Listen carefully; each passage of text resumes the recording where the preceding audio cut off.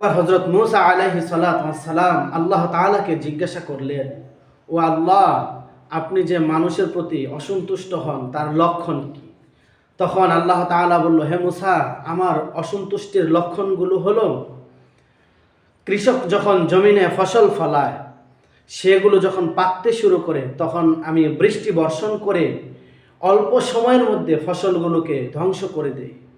আর জমিনে যখন খেতে খামারে বৃষ্টির প্রয়োজন হয় তখন বৃষ্টি বন্ধ করে দেয়।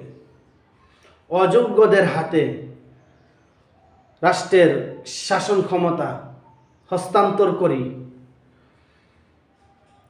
কৃপণ লোকদেরকে ধন সম্পদ দান করি, যারা নিজেরাও ব্যবহার করে না, অভাবীদেরকেও দান করে না। আর রাষ্ট্রের শাসন ক্ষমতা এমন বুকাদের হাতেই দিয়ে দেয়, যারা জমিনের মধ্যে পাপাচার স্বৈরাচারে ভরে দেয়। তারা যখন কোনো সঠিক সিদ্ধান্ত নিতে চায়, সেটা ভুল সিদ্ধান্তই বাস্তবায়ন হয়।